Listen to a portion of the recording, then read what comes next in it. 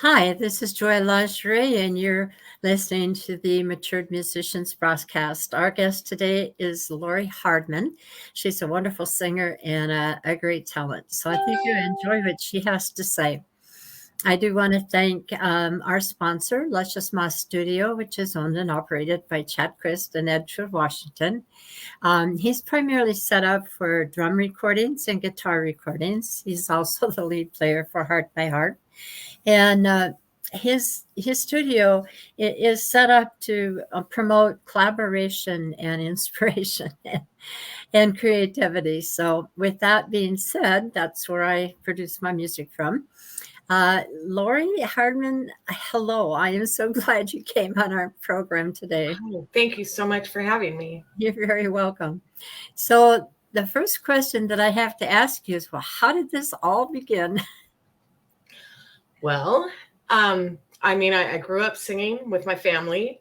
That's what we did for most of our fun days when it was raining out or we were just inside. I have 5 brothers and sisters, and we all just naturally would entertain ourselves with music, and it was instilled in us from a young age. My older brother Gene LeBrock was always a performer, a drummer, and we spent my childhood following him touring. Yeah, cool. Yeah, so always listening to drums bang away upstairs and people standing outside just listening, and music was just always there in our living room, in our life, in our car, everywhere we went. So and harmonizing, and my sister loved it, and just there was a lot of pressure just to do it for her joy, and Yeah. So what age were you, and what kinds of music were you inspired by at the time? I don't know what stage of your life you said through the whole thing, but did you perform? Literally, every Sunday was our big house cleaning day, and that day my parents would put on records, and so I love Patti Page. I love yes, Jackie Wilson, the Big Bopper. yeah. I love that really old stuff.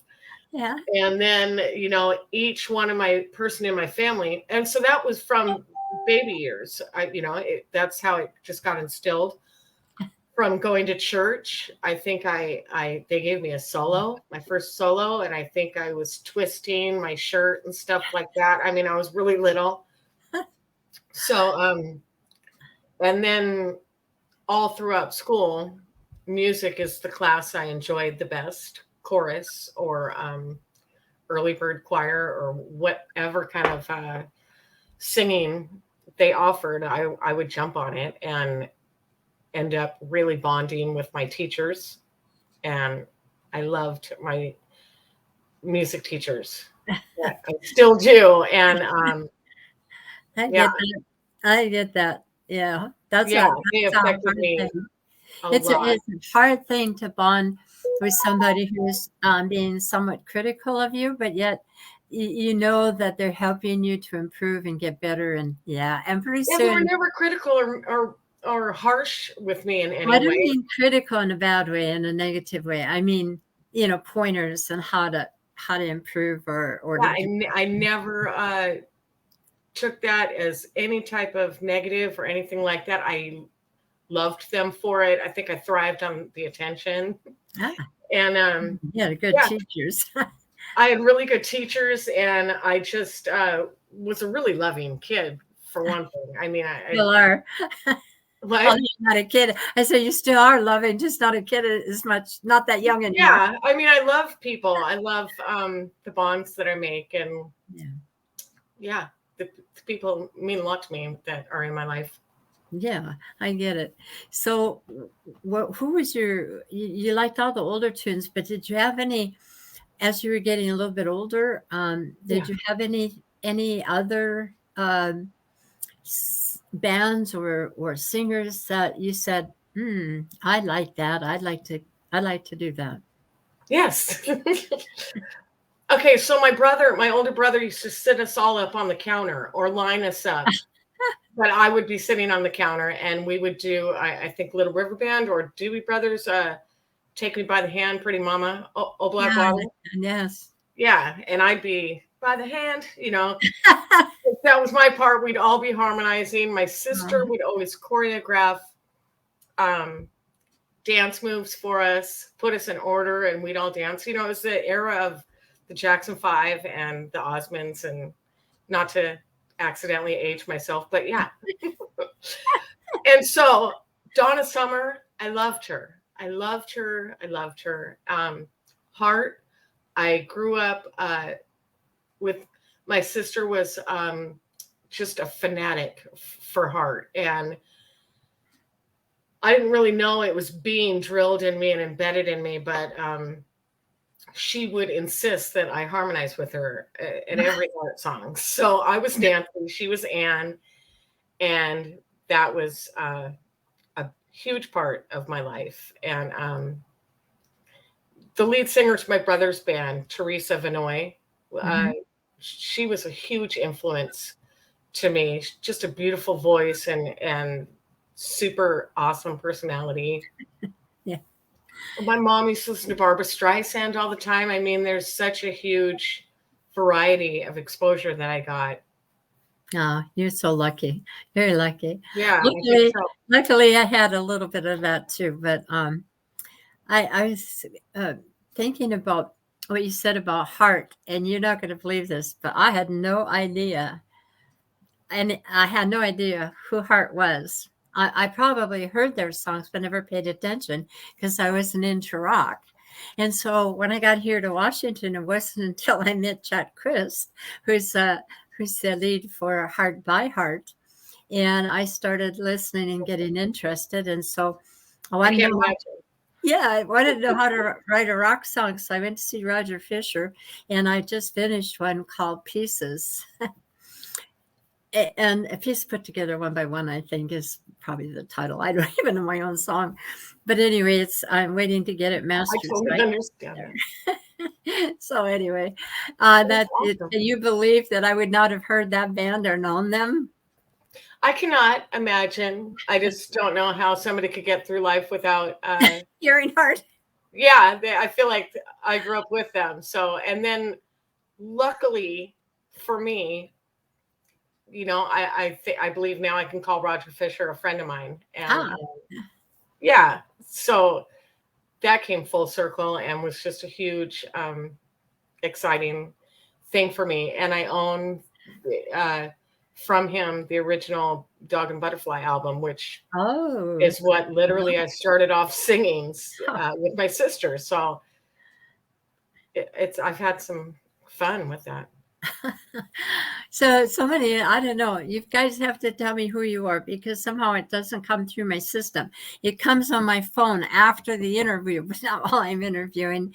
So we've got a bunch of comments here. Someone I think is trying to be funny. They said, "Hard, who are they?" I guess I asked for that one. And then it says, "I can't share the live streams, but I'm watching." So I'm not sure who that is either. Another person said, "Hi, ladies." And then is Chad Chris, not Chris. Did I say Chris? Chris? I don't know. You were talking about Heart by Heart. Yeah, Chad. Yeah. So anyway, if I said it wrong, it's probably Alzheimer's. But anyway. We're all going to make some mistakes with names here. It's okay. Oh, yeah. You tell me your name, and it takes me until I get to know you. I think Julie Genoma is on, maybe Robert Hammerstrom and Michael McMath. Oh, okay. You can see them? Can you see them? I cannot. I just have faith that they're here. They're here. What they're saying. And somebody just said, no, I said Chad, so I guess I did. All right. Anyway, I was... that was an interesting discovery. I had no idea. But like I said, I did back in the day, to date me, I was into more folk music, or Americana, I guess it's called today. And I didn't listen to rock because I was a young mother and I had children, and I saw the shenanigans on stage and heard about the drugs and breaking up, and I thought, no, I don't want my kids to hear that, and I don't want to hear it. But later on, I did listen to it, and after I met some rockers in this area, so you're very lucky you started early. I had to learn this all. I would say that when you were young, there was some pretty partying groups as well. Not they don't have to be rock, just to yeah, true. Country is just as gruesome. Yeah, I mean, I know some rock and roll people that are completely sober. So yeah, today, yes. Now I see that. But Ted Nugent, it has always been sober, I believe. Well, I think I listened to a lot of this stuff, but I didn't know who they were. Right. Yeah. And you're discovering that now, who they all are. I mean, I've listened and I love their music, but I had no clue.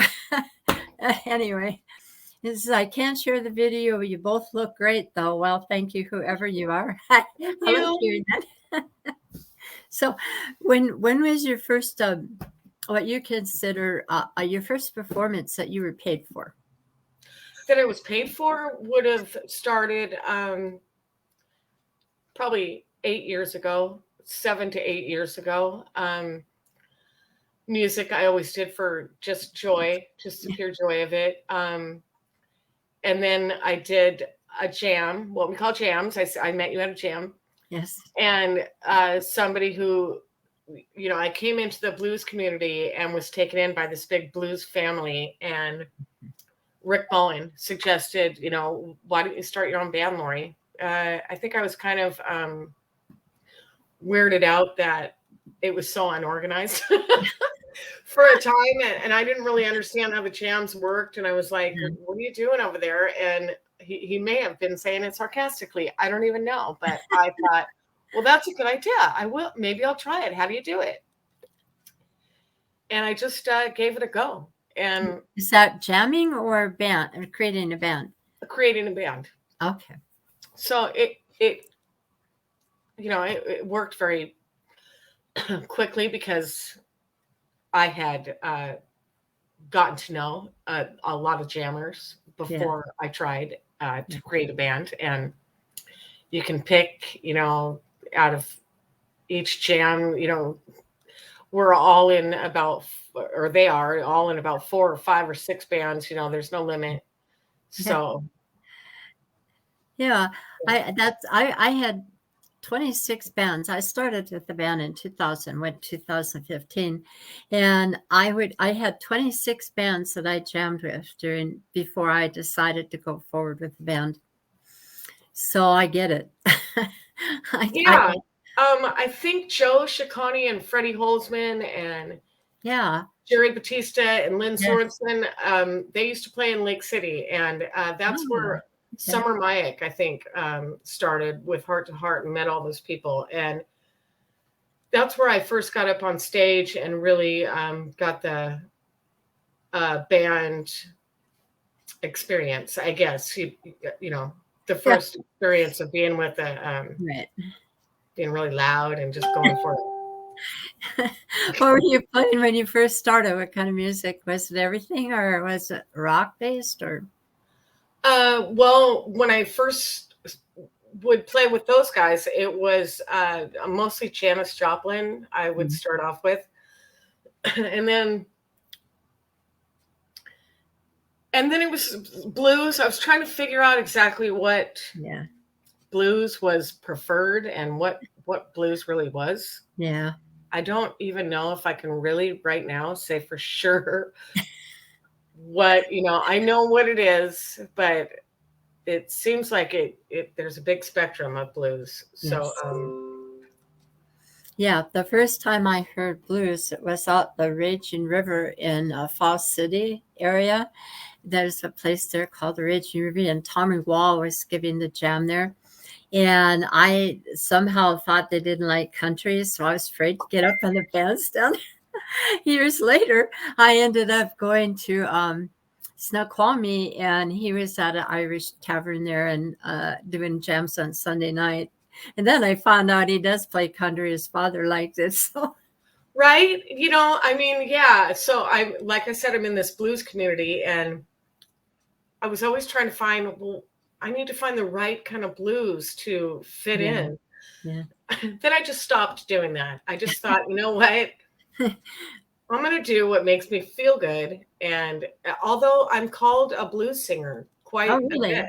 Ah, I am. I'm referred to as a blues singer, and I couldn't tell you myself if that's just what I sound like or what. But I mean, well, don't give up your cowboy hat. I like it.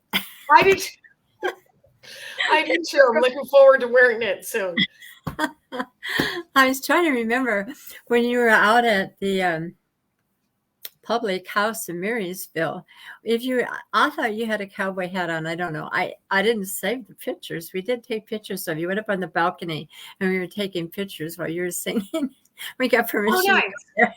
I don't think I wore a cowboy hat at Okay. Village Tap House. I think I've been brave enough to wear it.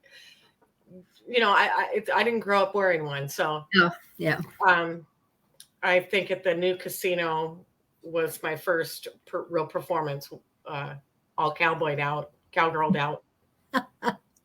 Cool. I like Yeah, it. it was. I really liked it.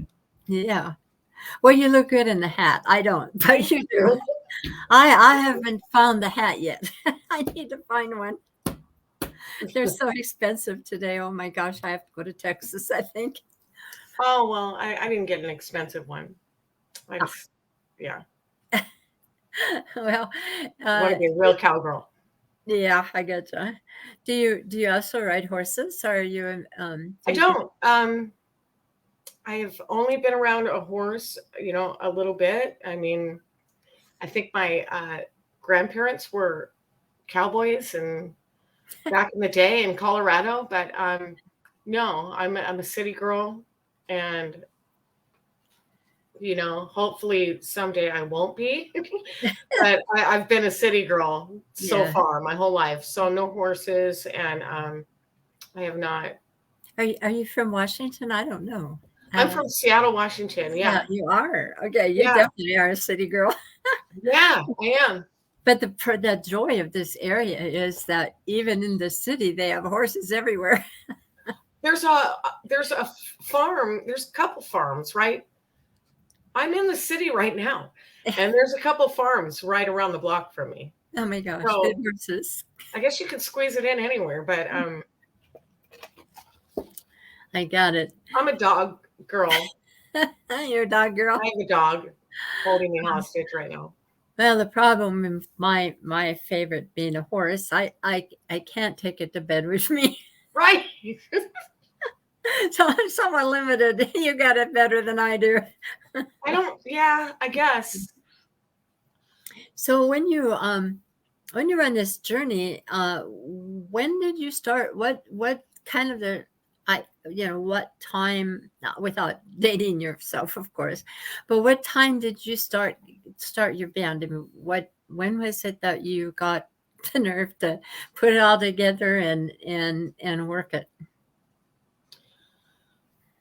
Well, I've always been really nervy. Like, you know, I mean, I've never just minded just saying, I'll go on stage. You know, I'll try it. I just don't care if I fail, because I just learned that a long time ago. Failure is a part of life, and it's a healthy thing. And it's not a negative thing. So 8 years ago is when I put something out on the internet or on the Facebook, asking if how I go about to my community, how I go about making a sample CD, and where I start from there. Yeah. And 2 people responded. I mean, I got responses, but 2 people were interested in helping me out. I went to one person, and they helped me make a sample CD, including Tom Jones. I did it at Tom Jones' house, who is Stacey Jones' dad. I don't know if you know her. Mm-hmm. Really amazing family, and they have a studio, and she's a stellar performer as well as her dad. And so I got my sample out from there, and then Robert Hammerstrom likes to write and produce music, and was probably sitting back looking and wanting somebody to record some songs with him and for him and help him write or write with him. Mm-hmm. And so we made contact, and that's how the recording started. The band, just being in the blues family, they made it very easy for me to start. I mean, you know, they were very welcoming, and I think I was doing backup for Stone America. Oh, yeah, I know him, Jim Leslie. Yeah. Yeah. I was doing some backup vocals for them. And I think I might have been too loud, too dominant. So I felt like I was a front person. And it just From mushroom from there. Yeah. But one of the things I noticed now, you know, I was kind of intrigued because I heard your name long before I heard you. And we didn't purposely go to the public house that night. We just happened to be there for our anniversary. And you were singing, and I looked at the announcement on the wall, and it said Lori Hardman, Hard, and then it's when, and only then, that I realized that we were kind of moving towards the same people. You know, that you named a few that you worked with and so forth, as you know, you were a drummer and so forth. And one of them was Jerry Batista and Fred and Lynn Sorensen. So Yeah. I'm kind of in that whole thing. But it wasn't until the Twin Dragon Jam put on by Doug McGrew on Sunday nights that I got introduced to Lynn Sorensen, and I thought, no, that guy's he really sounds good. But I had no clue who he was. And I said, if I would have found out who he was before I went up on that stage, I probably wouldn't have gone up there. Was that the day that you knew him before that, right? Yeah. That was a few years ago. He's not only good, he's super friendly, super nice, and super humble, I think. Yes, he is. I've had him. I've interviewed with him here, and yeah, and I know him, you know, because I go to that jam all the time. But yeah, he's a neat guy. Yeah, and he really helps me because without a drummer, I have timing issues. So, you know, I worked through most of them, but I swear to God, I cannot count and sing at the same time. It's got to come natural. And so he's been a big help there. And Jerry Batista, of course, I insist that he play with me when I go up there to jam on Tuesday night. And he does. Where do you go to the Oxford? Yeah. On Tuesdays. Yeah. So it's just a fun time. And I already noticed the growth because all the band I had to end it in 2015. And then I didn't do anything for about 3 years. And then I joined a volunteer band at North Shore Senior Center. And then, of course, as soon as COVID hit, that was shut down. So I was left like nothing. And I couldn't really get a band going because, you know, I didn't know. Yeah, we all were. Yeah, which is segue into this part of our conversation is what did you go through, or how did that change your musical life, if at all?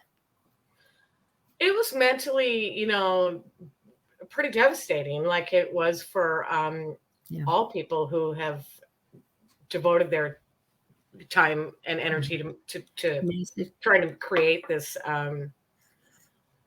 thing that's moving forward, and it was moving forward really at a steady pace. Yeah. And then all of a sudden the places that I played, a lot of them either closed down or there was no singing.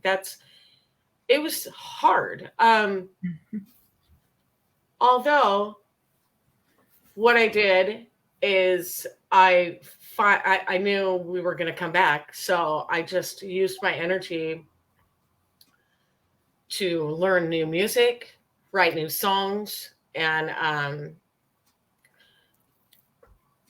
go to the studio safely during that time. Yes. And I think randomly, it wasn't too long that I was called to go to Lucky 7 and perform. And I think I was one of the lucky first ones back. So, and then as soon as I was, they knew it was open, it was like the floodgates opened. And everybody was just like, gigs, yeah. No. But it was super sad and hard. And I can't tell you how many friends I lost during that time because of illness and being secluded, and not getting the proper attention and help and, people around them. And yeah, so it was hard on the community. So I knew that it was affecting the community, not just me. So I didn't, I didn't focus too much on poor me or anything like that. I just prepared to come back and never gave up. Oh, no, it's not something you can give up or. Yeah, it's part of you, all right. Yeah, I mean, you're doing it before you even know you're doing it. So when you were talking earlier about, that you formed this band, you finally decided that's the direction that you were going to go in. I noticed that you have a lot of awards and you were getting some really great help as far as producing records and so forth. Can you talk a little bit about that part and how you got into these awards and the things that you've managed to do? Yeah, this is just so lucky for me because right when I posted that I'm starting a band and I'm doing this and here I am. I remember that day somebody came out and wanted to write something up about me. And I thought, oh, wow. Really? I mean, really? Yeah. And Cool. Then I made sure to get photographs also and professional photographs, not ones where I would be noticed, because in my logic, you see it and then you hear it. Yes. Is what I think. And so I tried to draw attention a little bit by that, and then they could hear my music and figure it out. But Holland, my manager, Gert in Holland, wrote to me right away and asked me for some music, and has been a steady, great friend ever since then for about 7 years now. And literally I was supposed to go to Holland twice during those 2 years that were shut down. And Is still that the country? Yeah. Wow. Holland? Yeah. Yeah. Yeah. Wow. Yeah. I was You are an international star, is that correct? Well, I wouldn't say I'm a star, but yeah, I'm playing internationally. I read. Yeah, so I have a manager, Gert, in Holland, and bonded with radio stations that really made a friendship with me in the UK and Italy, and made friends with people in New Zealand and Australia, and then Belgium, and then got a manager in Canada. So it's not like I don't know. I think I got a lot of lucky breaks. Yes, I think you did. But in order to get those lucky breaks, there has to be talent behind that. Well, thank you. And there has to be, what I made sure to do is develop a relationship with these people and keep it and support them as they were supporting me. Yes. I believe they need support as well. And they're trying to help people that are trying to create something. And I just think that's a huge giving thing. So, yeah. And then And then I met Al Bowman from Producers Choice Awards, and he has brought me to Vegas, I think twice, and bringing me to Nashville. And then other people know my producer, and they're going to be in contact with me in Nashville. So I'm excited to go there. Yes, just a that cowboy hat.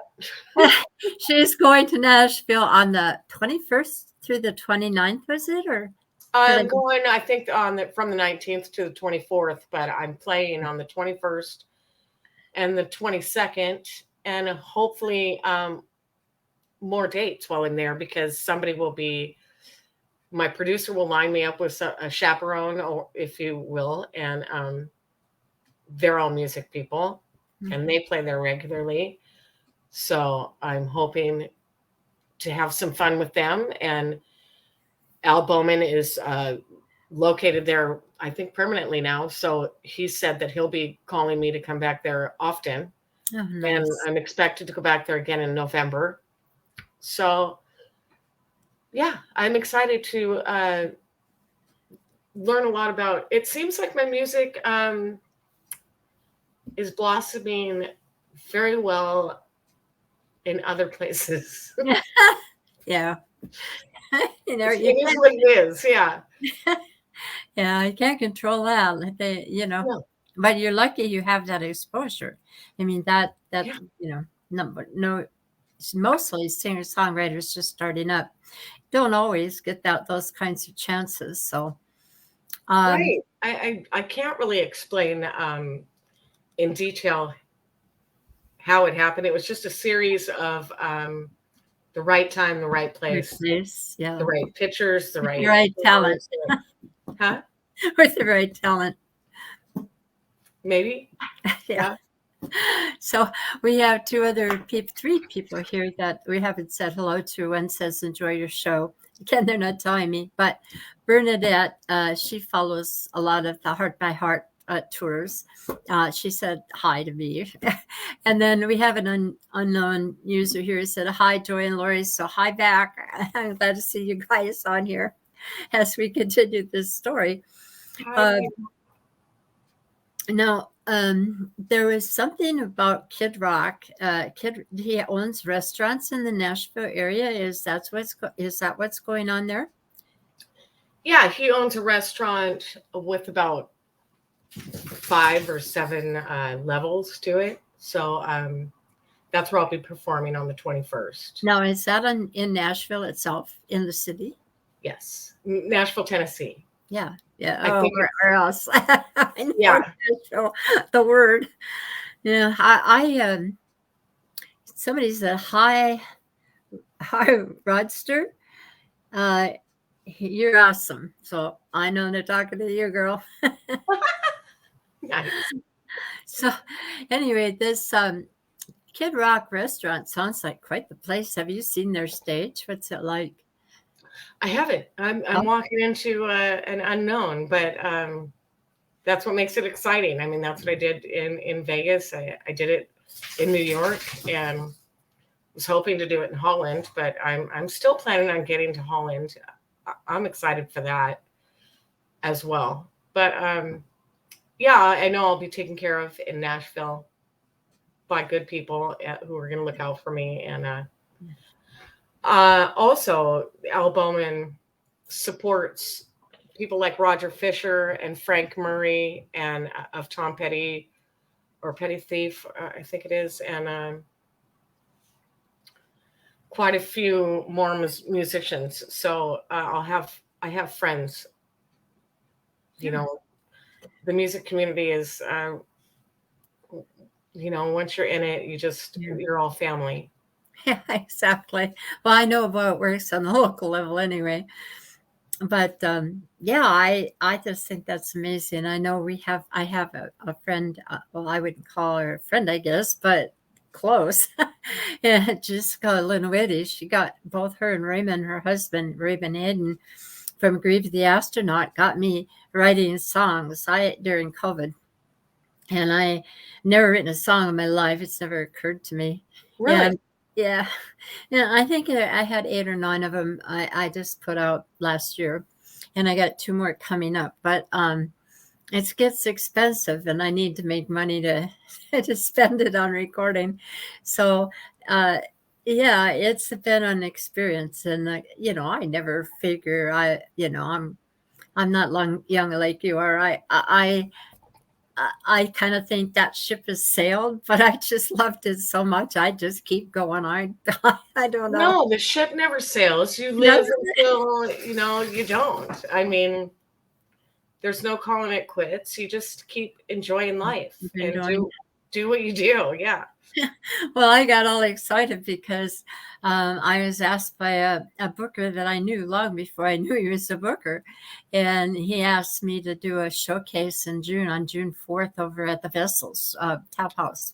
Oh, nice. That's really close to me, and I will be there to Yeah. support you. Yeah. Oh, I think it starts 8 o'clock.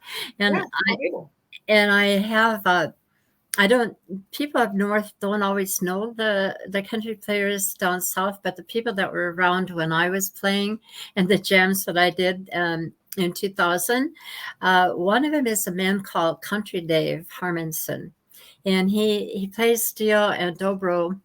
I believe that was. I don't think there was anything else on some of my songs, and so he's going to be my lead for that 20 minutes or whatever that I'm performing. So to me, that's kind of a big deal. I thought that was kind of great. That's a huge deal. That's the Vessel Tap House is becoming one of those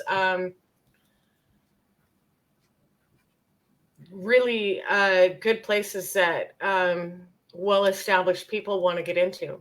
So Yeah, I tell you, I got involved in all this because I don't know if you know Kira Michelle. She's a young lady coming up. I think I do know of her. And I went to her birthday party at Casey's in Kent, and this guy named Shorty, who's the booker, was there, and I dropped off my card. I've got a website and all that good stuff. So I gave him my card, and he contacted me, and it was like, whoa, it was fun.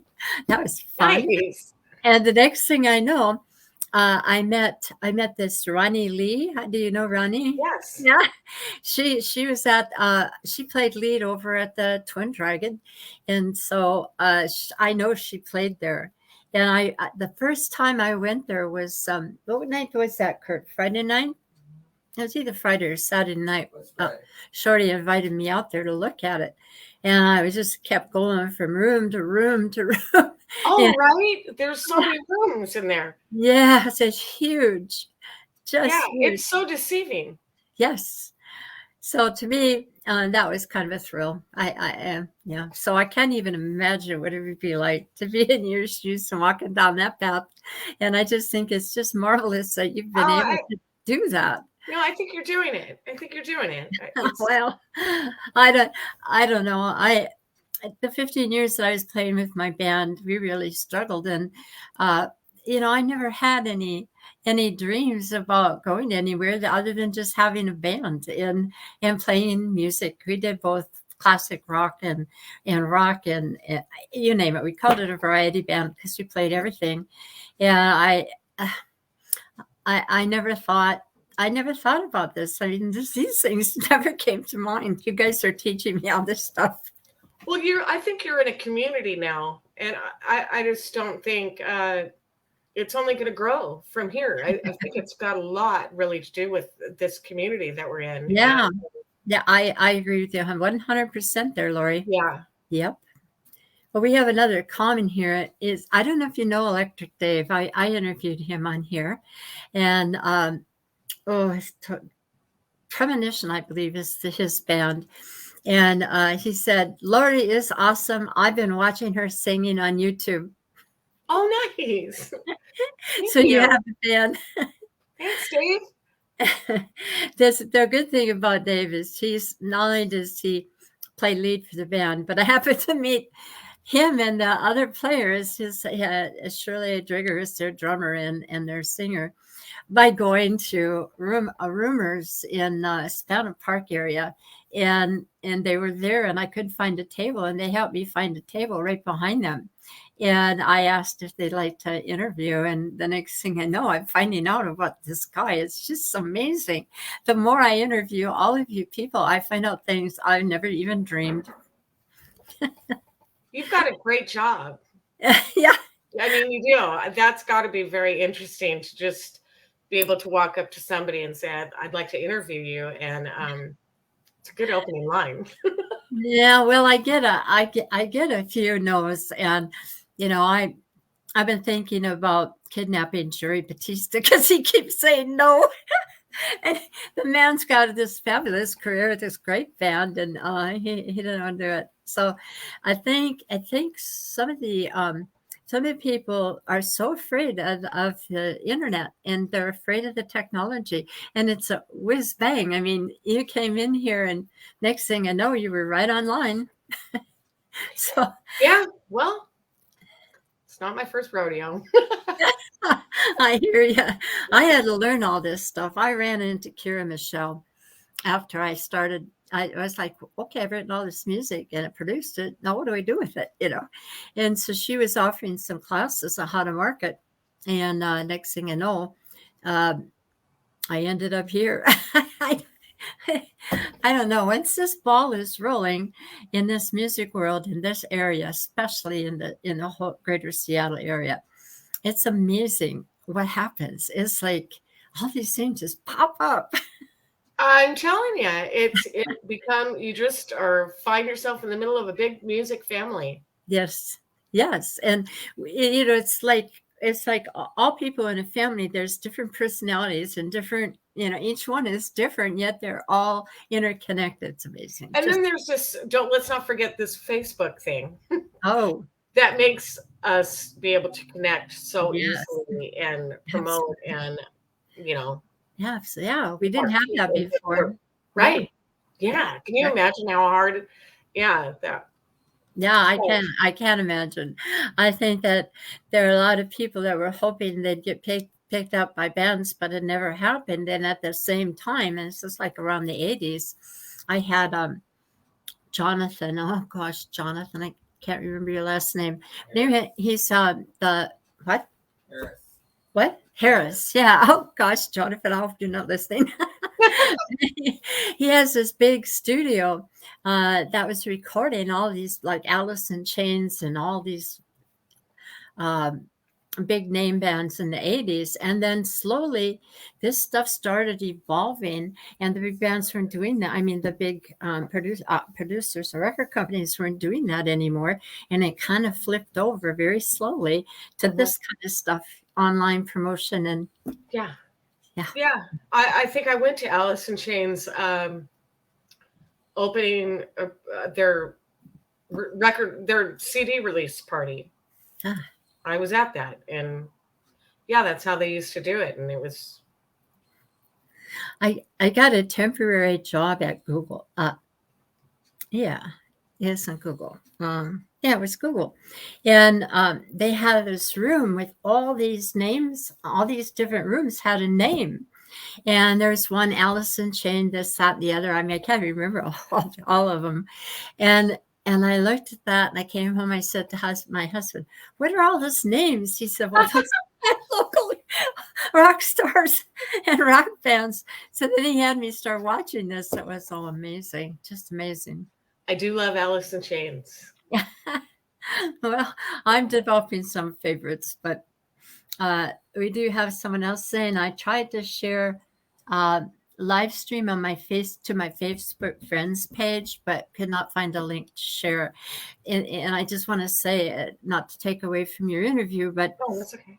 If you want to watch, you have to be a member of the Matured Musicians group. And if you go to search on Facebook and just put in Matured Musicians, it'll bring up the group, and then you'll be able to watch live on this broadcast spot through Facebook. Anyway, and the link, they can do the same. All they have to do is go to search on Facebook and type in the title of the group, and it'll come up for you. Now, with that being said, we know that you're going to be going to Nashville to play, and and something else struck me about that. It said you were going to have, I don't remember the man's name because I just saw it, but that he was going to play lead for you. So when you go to these places, you don't even go with your band. You just, whoever is there, they play for you, or how does that work? There are some connections in Nashville who are really established musicians who are friends with my producer. And so, no, I have not met this person, but I have heard their music, and they've been playing their whole life, and they play regularly in Nashville. So they were more than happy to back me up, which is another lucky thing for me. Absolutely. Plane tickets right now are insane. So I was wondering about that because it said if you want to come to Nashville, and I was looking at that and I thought, oh my goodness, how much would that cost? I would guess it's not cheap right now. I mean, it was last year, and then all of a sudden the gas prices went up and plane tickets just skyrocketed. So just I have to figure it out and just do it in moderation, I guess. Where do you stay when you're there? Do you rent motels, or do they provide for that? Or I will probably, hopefully, establish a chaperone kind of deal, but I'll be staying at the Marriott for my first time there. Lucky you. Well, I'll have to. I wish that they would stream that so we could see it. They're not streaming it, are they? I don't know. I mean, I'm sure there will probably be some type of video. Well, I'd like to see it. So hopefully, I'll make sure there is. So right now is about the time where I start wondering what you have that's coming out that we may have missed. I have no idea how many albums you actually have out there because I just started digging into all this stuff. That's and right. Yeah, and I know that this last one was about an angel. I found an angel. Is that the name of the song? Yeah, no, that's not my last one. That's just one that really picked up, and they don't always pick up right away or at all. So I have my first CD has 11 original songs on it, and of kind of every different type. That's where I wanted to show. Yeah. Sorry, excuse me. Show, different styles and genres. And then we have 8, I took some notes here, 8 more singles that are out that you can find on YouTube and Deezer and Amazon and Spotify. And that's where I am too. Pardon me? That's where I am too. I got like 135 to go through. CD baby. Yeah, that's where to go now. And so the last song that just came out is No More Trains to Ride. And that one was written by Robert Hammerstrom. And I think he wrote it quite a while ago. And we just he just produced it, and I sang it. So there's quite a few on there that like when we first got together, he started playing something and he goes, I want you to write some lyrics to this song. And I thought, what? I can't do that. It was really frustrating. There was a lot of like, I got to go. I can't do this. And then coming back and trying again and trying again and trying again. And it always ended up working out. I mean, I wrote poetry for many, many years, and I love that. And it just made sense to me. And so I tried to put that to music, but I didn't really know the format for music. Yeah, there's a different ones. There's a format to it. And, but he just is really patient and was, I think, completely prepared to just sit down and be patient with me and work through it. That's amazing, Lori. That's really amazing. Yeah, I'm lucky. So how does this work? I mean, I'm not familiar with the path that you're on. So you have all these songs out there, and you say some of them hit at different times as far as what people like or don't like because of you singing them and the promotion part of it, or what? How does that all come together? When we make a new song and release it, we do our own promotion with it, but then it's also sent to my managers who Ah, Garrett in Holland has been my steady manager, and I believe we just picked up 2 more from it's from I thought it was Kentucky, but it's not. And Canada. So each one of them put out our music to about 7,000 stations. oh boy. So, and they've established themselves all over the world. So there'll be 1 or 2 or many more that, like Belgium told me, do you know that your music is being played here every day? And I said, Wow. I did not know that. Wonderful. Wonderful. Yeah, so you never know what one's going to hit and what one isn't. Yeah. When you start to write, how do you come up with your songs? I mean, what do you do? How do you get?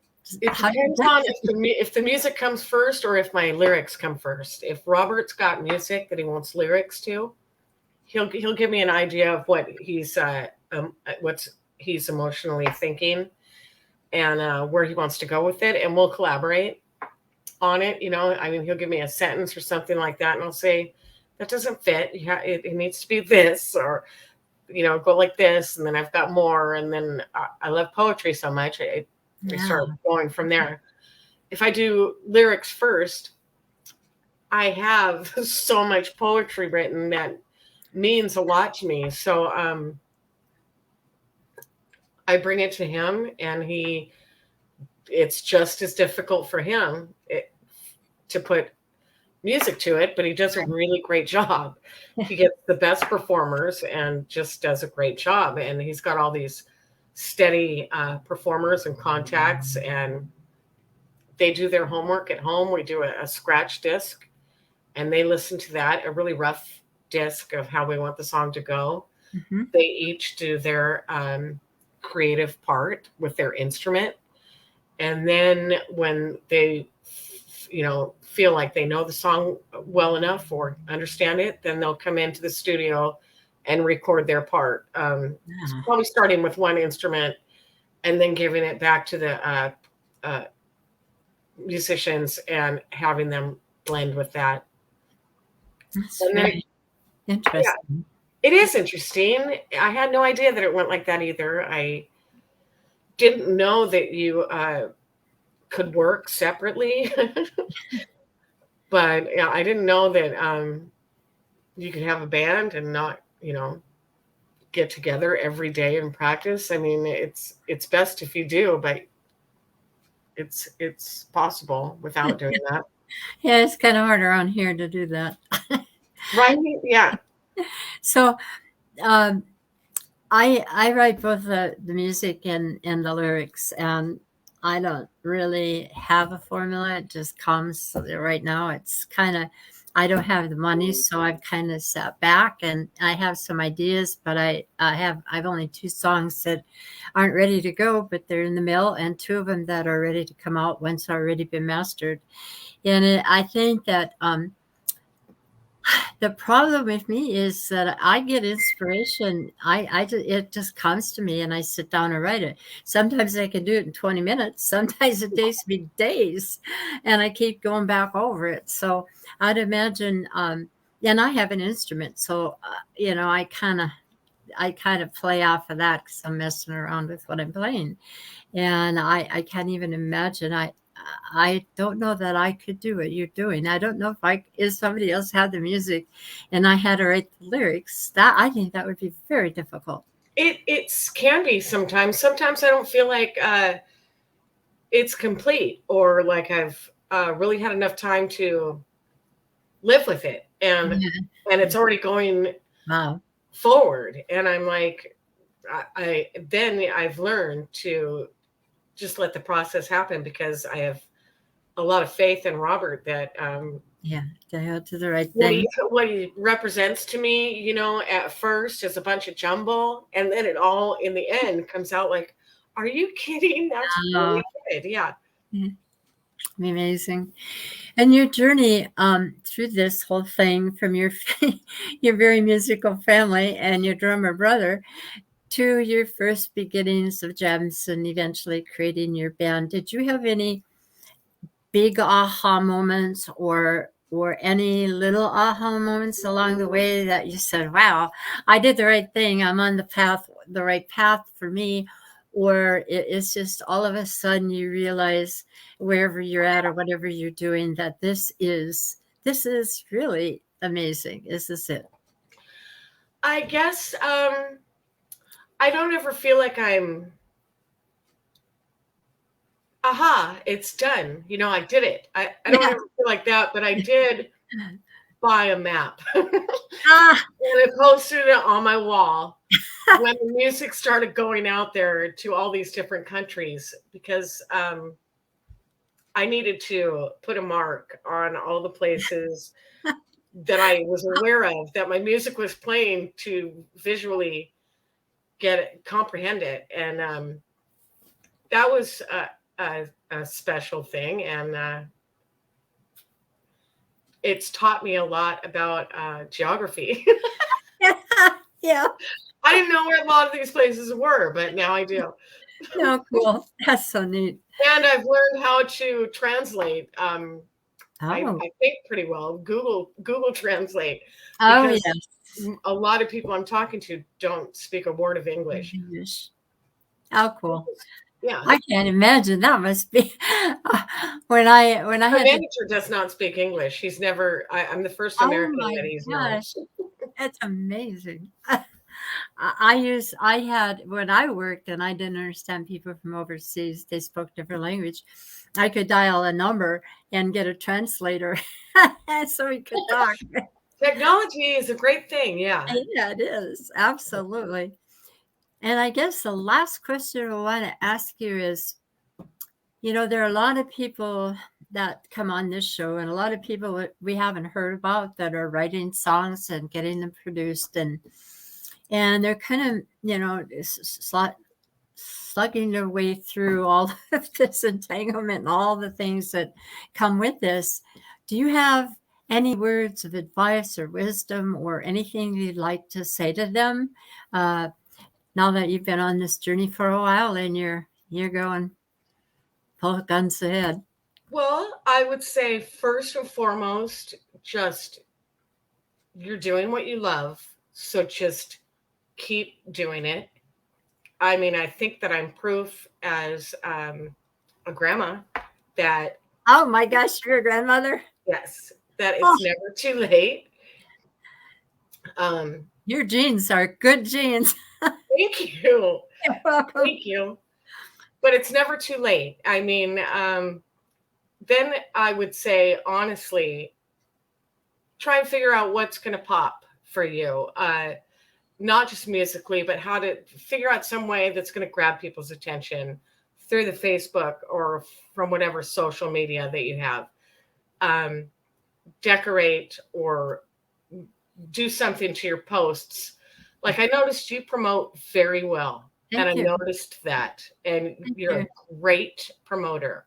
Thank you. People sometimes just put it out there and just think that that's enough. It's not really enough. You kind of have to be annoying, or, you know, if people don't want to see it anymore, they can construct their social media. But I don't know, decorate your posts, take some good pictures is what I tried to do. Yes. I did go online, and I thought, if I'm going to get some pictures, I'm going to find the best that I can and do this right. And I literally went online and found like any photographer that I just thought was the best. And he was local, and he is my photographer now.